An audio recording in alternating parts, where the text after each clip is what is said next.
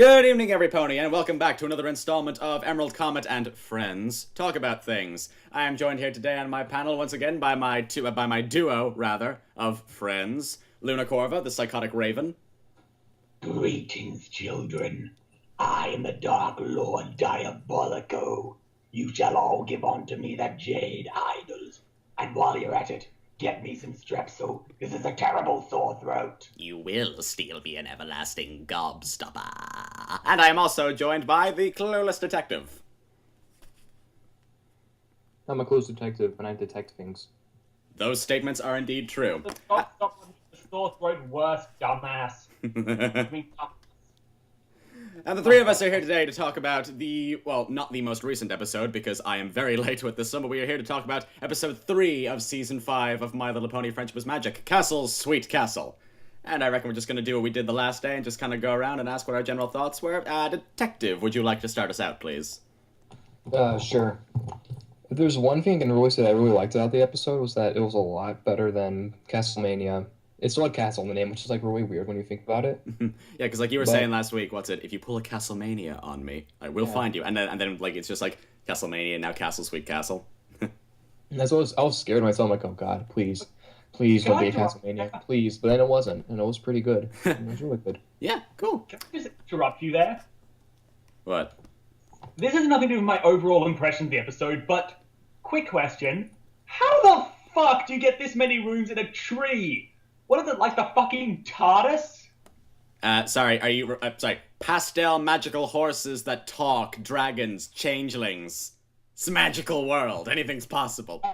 If Josh Scorcher can drive himself insane by questioning the physics and the logic in the show, so can I! Would you like to tell us what you thought about the episode, Mr. Corva?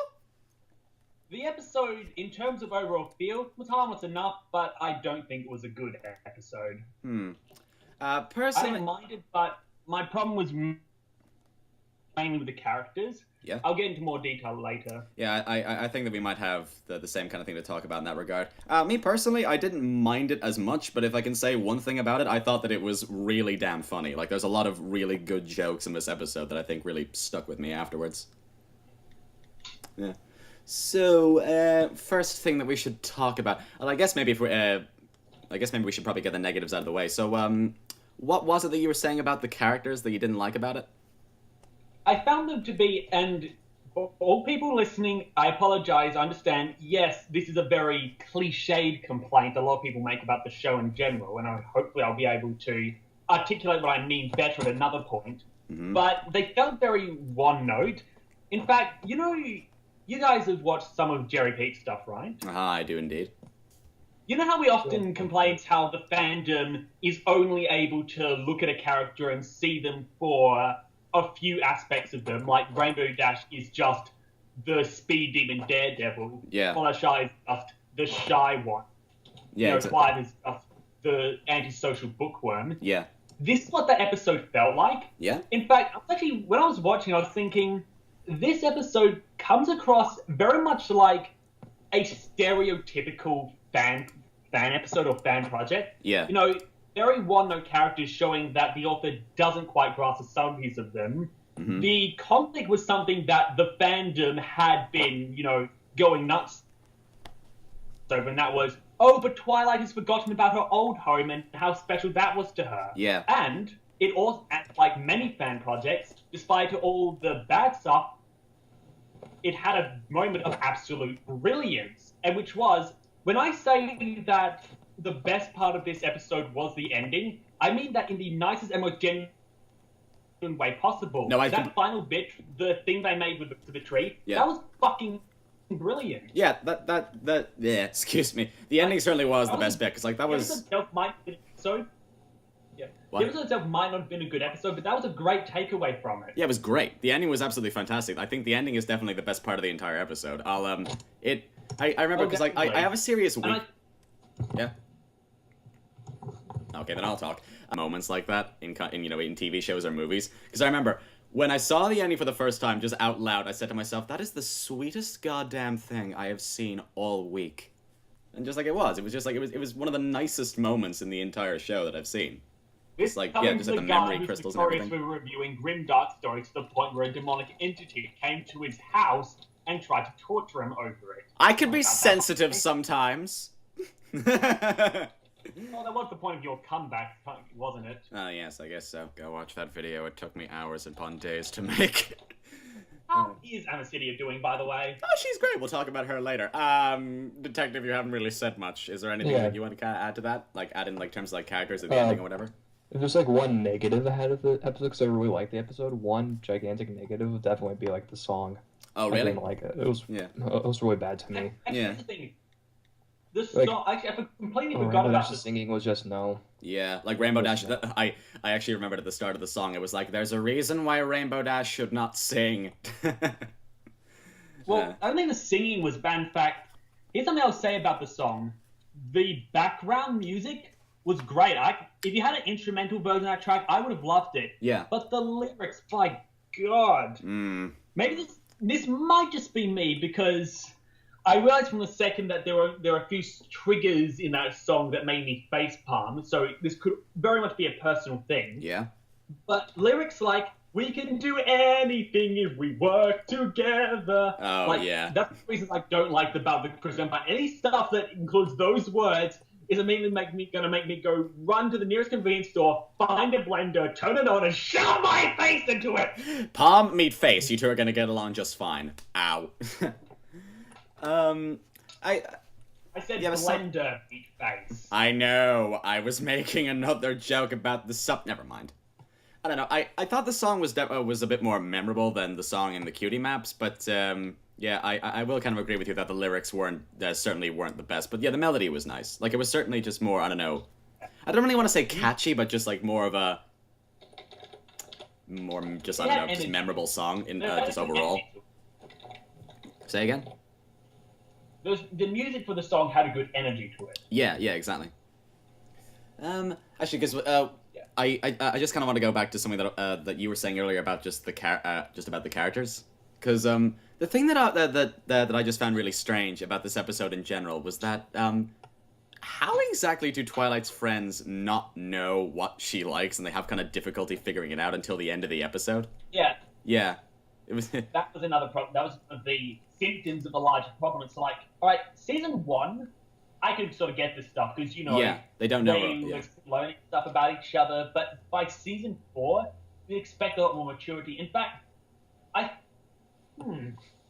like in show continuity, they've known each other for about a year. That should be enough to figure out what somebody's likes, dislikes, and interests are. Yeah, this is getting sort of off topic. What is? But I think I sort of realized something. What I'm about to say. See, I remember recently watching a review by someone who was actually talking about the other analysts. Yeah. And he brought up a pet peeve of his was people complaining about Pinkie Pie in season 4 about her acting oblivious and everything. Yeah. And he made a very good point that she'd been like that back in season 1. Yeah. It's fair to call out the stuff she's doing in season 4 when she did it back in season 1, especially when people always seem to talk about season 1 as the holy grail of MLP. Yeah, in fairness, yeah, like it is a character trait of Pinkie Pie, but of Pinkie Pie. But this is something that I've always kind of stuck by. Yes, it's a character trait of Pinkie Pie's, but that doesn't mean I have to like it. Yeah. I thought they overdid it in season 4 too. Yeah. People can complain about it in season 4, but not complain about it in season 1. Yeah. And the idea with that is that season 1, the characters were much younger, they were much less experienced. That was the whole point. Yeah. Come season 4, now season 5, well, the characters should have, and in fact, have matured. They changed, so season much progressed back then season 1 stages.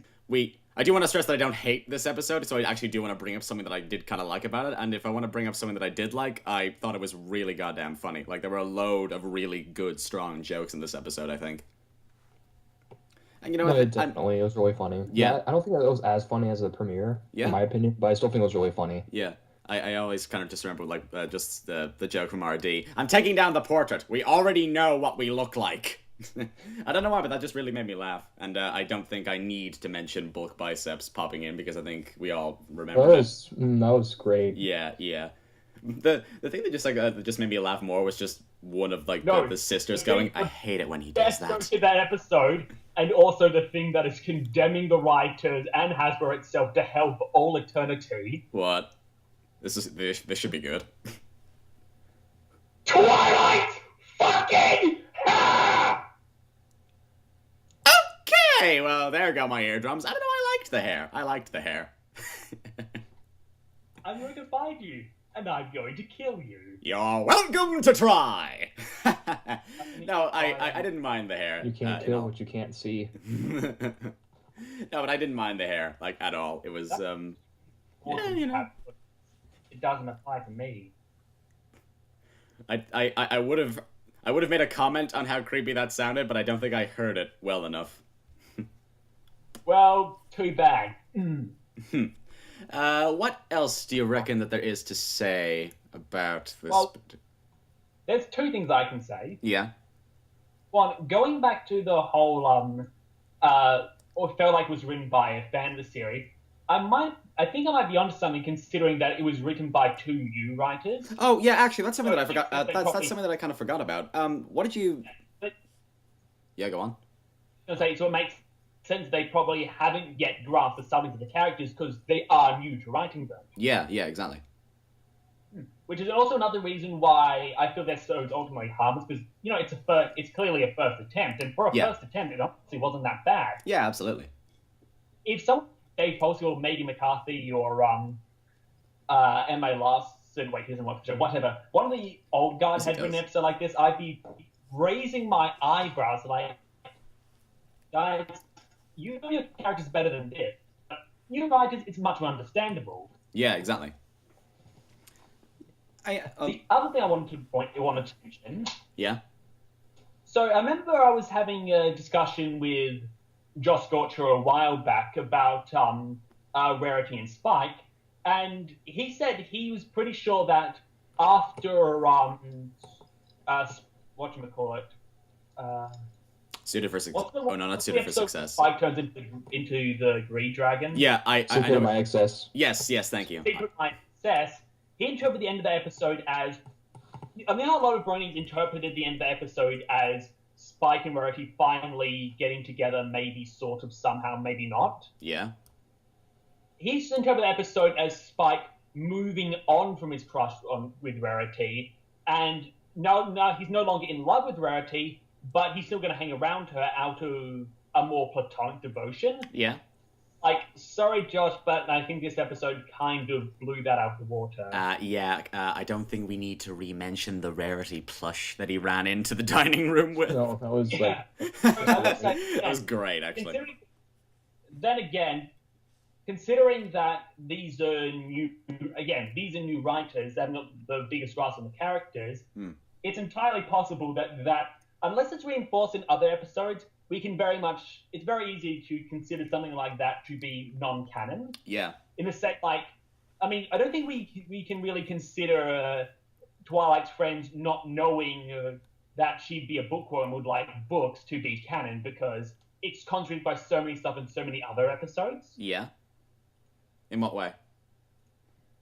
Well, like you said, you pointed out how out of character it is for Twilight's friends to not know that Twilight's a bookworm and would appreciate books. Yeah. Well, like, So- she lived in a library for, like, a whole year before it got blown Out of up. character moment, and therefore a non-canon moment. Yeah. Same as, unless the whole thing with Spike and the Rarity Plus she is reinforced in later episodes, fairly easy again to consider that non-canon and simply the result of the writers not getting the character at that point. Or maybe, like, you could say, I'm probably reading too much into this now, but you could say that maybe, I don't know, he had it before that episode and he's just kind of held on to it now out of sentimental value. yeah, Entirely probably. possible. Yeah, But you know. love parts. It's what? But there was also love parts. Like, in that Oh, episode, yeah. it was clear that Spike still had the big crush on Rarity. Yeah. What I Josh felt about that. What? Oh, which now? I said, I wonder how Josh felt about that. Well, we should go and ask him then. He seems a bit busy at this point in time. Yeah. Actually, one thing that I kind of just wanted to mention, just because I'm kind of looking at notes here. What did you guys think about, like, the direction that this episode took? Because, like, I remember I remember reading something on EQD like a couple of months ago during the drought, I guess you could call it. But what's it saying that there was going to be an episode where Twilight was kind of coping with losing the library. Yeah, and when I heard that the name of this episode, Castle Sweet Castle, I kind of thought to myself, yes, okay, great, this is going to be it. This is going to be really interesting. But I kind of think the way they did it, they kind of tried to do it sort of half and half, with one half of the story being Twilight sort of coping with that loss, and then her friends just kind of like trying to fix up the home in a way. Like, how do you think that kind of went? I can see where you're coming from, and again, I'll admit, they could have handled it a lot. I think they could have handled it a lot better. Yeah, I agree. But the way they did handle it was ultimately inoffensive enough. I'm not going to go into some huge rant that, they wasted a perfect opportunity. They lied to us about the premise. Let's burn them to the ground! The premise was interesting enough, got me hooked. The ending was still a great way to do it. Yeah, absolutely. And, yeah, it wasn't as good as it could have been, but it wasn't bad. Yeah. Do you reckon that maybe if they went just all the way with one of them, that it might have been a stronger episode? Yeah, it would have been stronger, yes. Yeah. It would have been better. I mean, the way I kind of looked at this episode was I found that was just like them trying to get the people who keep complaining about the tree just to shut up. Like, look, okay, there's a guys, piece of it now in the castle. You guys missed the library. Here you go. Here it is. Leave us alone. Yeah, I thought it was either that or the writers of that episode themselves had that complaint. Like I said, it almost felt like a fan had come onto the writing staff to fix the problem. So like, all right, you don't like the problem? Yeah, here's a chance to fix it yourself. You have a piece of the library there. Now you can always look at it and remember the good times that you all shared together. And now we just burn down the rest of the castle, it'll be even better. It's crystal. I don't think it can burn crystal. Although then again, magical universe, anything's possible. Also, I will say, one of my friends, and I'm not naming names, so he is allowed to live. Okay. But he honestly loves the design of the new castle. I didn't mind it. I don't really mind it at all, to be honest. I remember the first time I saw it. He's a big fan of crystal stuff. It's what? So that's mainly because he's a big fan of crystals and stuff. Oh, so a crystal castle's like, he probably wants to live in the Crystal Empire. So many crystals. What if he's secretly a crystal? What? What if he's secretly a crystal? My God! It could be worth millions!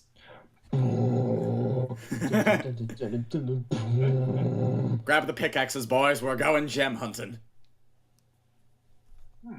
That's a good question. If you chop the crystal parties into pieces, can you sell them on the market? Somebody write. God. Okay, wait. Somebody needs to write something around that. Thriller. There we go. New action thriller. Just remember that when you're writing it, you're taking all the credit for it. We gave you the idea. Oh man. And if not, we will find you. You owe us. Your soul belongs to us now. Oh, it's cute when you think you're a threat to me, children. I'm not. It's the guys writing it that are. Quack. Lunacorp, everybody. Alrighty then. We got anything else we want to say about it? Not that I can think of at the moment. Detective? I don't care if I think of anything else. That's absolutely needs to be said. I think I said what I needed to say. I thought it was a good episode. That the song was pretty bad, but everything else is really good. I liked the ending was really nice, like you guys said. Yeah. Mr. Kava? Like I said, nothing that I can really think of at the moment. Personally, I think that the episode is, it's harmless, pretty much. I mean, I don't hate it, but I'd certainly, if I was bored, I'd probably just, sit down and just watch it again, definitely. But, not the best, not the worst, just decent episode all around. We can all agree that was better than Castlemania. I think so, yeah. I rate it as an okay episode. Yeah. Inoffensive, but ultimately forgettable. Kind of agreed on that one. Alrighty then, should we cut this here? I guess. Alright then, folks. Not really so much talk about this one as the last one, unfortunately, but hey, hopefully today's episode, once I get around to seeing it, will be somewhat better. Thank you very much for joining us on this podcast once again. I'm EmeraldComet. He's the clueless detective. Children. Yep, that is true. And he's Luna Corva.